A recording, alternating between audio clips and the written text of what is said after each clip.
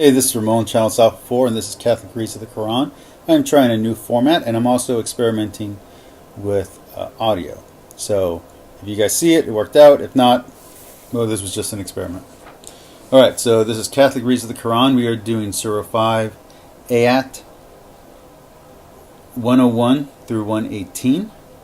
And my first note is on 101, is on ayat 101, which is that this is another appeal to the bliss of ignorance. O you who believe, ask not about things which, if they were disclosed to you, would trouble you. And if you ask about them while the Quran is being sent down, they will be disclosed to you. God has pardoned this, and God is forgiving, clement. Alright, the next passage is from ayat 103, and this passage is against a type of animal sacrifice, making a set of camels sacred, as well as a reference to a type of religious slave. They would have to be freed, and the camel would be allowed to graze and roam freely in the pagan religion of ancient Arabia. More so, in the commentary, this practice, or the condemnation of this practice, is part of the Islamic condemnation against religious innovation. So, let's see that. And that is from 103. God has not established Bahira, or Sa'ida, or Washila, or Hayam. But those who disbelieve fabricate lies against God, and most of them do not understand. Okay. Then there is, my next note will be on ayat 104, and that is that there is no room for pluralism in Islam. It reminds me of the Pilgrims or the Inquisition in Christianity, how Protestants, Puritans, and Catholics in the past, when they came into contact and conflict with other religions, destroyed whichever faith came directly before them, destroying their predecessors' texts, statues, and defacing their art, and even doing it to each other during their schisms. So let's read that. And when it is said unto them, come unto that which God hath sent down, and unto the messenger, they say, sufficient for us is that which we have found our fathers practicing. What? Even if their fathers knew not and were not rightly guided? Okay, my next note is from ayat 106 through 108. This passage is an example of legalistic language in the Quran. So let's read that.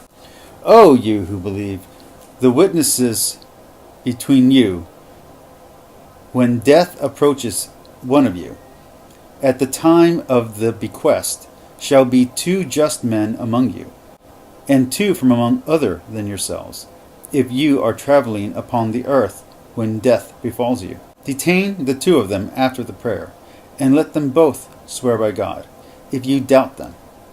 We will not sell it for any price, though he were a kinsman, nor will we conceal the witness of God, for then we would surely be among the sinners. But if it is discovered that the 2 of them are guilty of sin, then 2 others shall stand in their place, for those most entitled as claimants, and swear by God, indeed our witness is truer than their witness, and we have not transgressed, for then we would surely be among the wrongdoers. Thus it is more likely that they will bear true witness, or fear that their oaths will be countered by oaths thereafter. And reverence for God, and listen. God guides not iniquitous people. Ayah 110 is more mixing of accounts of the miracles by Jesus, here using Gnostic and extra-biblical myths. This was one of the ayah that led me to think that Muslims believed that Jesus had a gospel, singular, before it was written. It has since been explained to me that they believe that the Gospels came to him in the form of revelations as he went about his ministry. So let's read that, and that is 110. Then God will say, O Jesus, Son of Mary, remember my blessing upon thee and upon thy mother, when I strengthened thee with the Holy Spirit, that thou mightest speak to people in the cradle and in maturity, and when I taught thee the book, wisdom, the Torah, and the gospel, and how thou wouldst create out of clay the shape of a bird by my leave, and thou wouldst breathe into it, and it would become a bird by my leave, and thou wouldst heal the blind and the leper by my leave, and thou wouldst bring forth the dead by my leave, and how I restrained the children of Israel from thee, when thou didst bring them clear proofs, and those who disbelieved among them said, This is not but manifest sorcery. I've never heard any of those stories, by the way, until I read the Quran. Those stories are not in the Bible. Outside Lazarus, none of these stories about Jesus that I've read in the Quran are in the Bible. So I don't know what to say to you. They are, on the other hand, in the Gnostic. I do have some Gnostic texts. I do have 2 different Gnostic collections, and they are in the Gnostic. They're nowhere in the official canon of any Christian denomination. So, okay. 111, I ask, what? So let's see what that's about. And when I inspired the apostles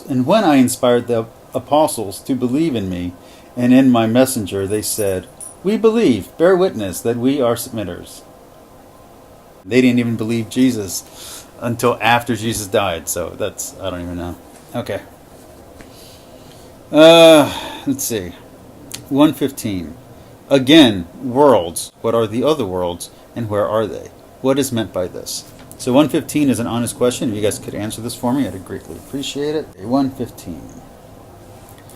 God said, I shall indeed send it down unto you, but whosoever among you disbelieves thereafter, I shall surely punish him with a punishment wherewith I have not punished any other in all the worlds. It's plural. I want to know what this is about. Could someone please enlighten me? Please tell me about it. I want to know more about that. And my last note for the day, the Quran completely misunderstands sainthood, the statues of Mary, and it does not understand the concept of the Trinity at all. It limits intercession to only the holy. There is a clear misunderstanding of Jesus' message of forgiveness. So let's see. If thou punished them, they are indeed thy servants. But if thou forgivest them, then indeed they art the mighty, the wise. I don't know. Alright. Now, as I said, I'm experimenting with a format change here. I'm going to add some context because a lot of you guys will tell me things that I already know, which is not helpful. That being said, I'm going to add some information to what I'm saying so that way you guys can understand that I do know the context that I'm reading from. And let me know in the comments down below if you'd prefer this to be before I do my daily notes and reading with you guys, or if you guys would prefer that I do it after, like I'm going to do in this video. The table spread contains verses that are considered to some to be the last Muhammad received. This whole chapter comes from a time after the conquest of Mecca in 630 AD. I don't know your guys' dating system. If you guys could please let me know so I could use your dating system. I don't want to be as rude as that sounds, but I don't know how you guys date your time period. So if you guys could let me know. What is a time period before Muhammad? Like, how do you date that? Is that AD or is that something else for you guys? I don't know. In this surah, we see a clear example of Islam as submission to God. This is a ritual and legal heavy chapter, covering the rites of pilgrimage, which foods are unclean, marriage customs, defining ritual purity for Muslims. This chapter leads one to question what Islam and Muslims consider aggression by non-Muslims to be. In other words, do you guys consider aggression just questioning, or is aggression only physical action? Because what you guys consider, what the religion and what the Quran considers aggression, changes the way that one would view the passages. So if aggression is only physical action, then a lot of the passages are not as harsh. But if aggression is just intellectual rejection of your theology, or aggression is verbal rejection, then that is a problem, because that level of disagreement should not be considered aggression, is what I'm saying. This chapter also tries to put Christian and Judaic beliefs in context for the Muslim who recites or hears this surah. But this leads to conflict in the mind of the non-Muslim reader, as the political, militaristic, and religious maxims are not separated out like they are in other religious texts, but they are mixed together, almost like a puzzle. To a believing Christian or Hebrew's ears, some of the ayats in this chapter, in this surah, would be simply insulting. And like all religions, this chapter ends with a restatement of its perfection and of its improvement upon the religions who went astray before its arrival. I say that because I have read many religious texts, and all of them claim to be the last religion or the final revelation. All of them make this claim. It's just one of those things, man. Alright, so that's a new format. Let me know what you guys think. If you guys like it, if you guys want the contextual information before the video, before I start the reading, or if you guys want it after I do the reading like I have it now. Also, a lot of you seem to enjoy asking me questions about the Bible on this. I'm here to learn about the Quran. If we could stay on the Quran. You want to talk about the Bible, go to my Bible study series and ask questions there, please. I will answer questions about the Bible in the comments on the Quran, but I would prefer to stay focused on the Quran in this series. I will answer questions about the Bible. I don't have a problem with that. But if you're going to have all of your content be about the Bible, could you please go over to my Bible study? Because those videos could use more views. I'd like to keep these videos focused on the Quran, because that's what I'm trying to learn about in this series. Alright, peace, like, and subscribe. Let's see how the audio turned out.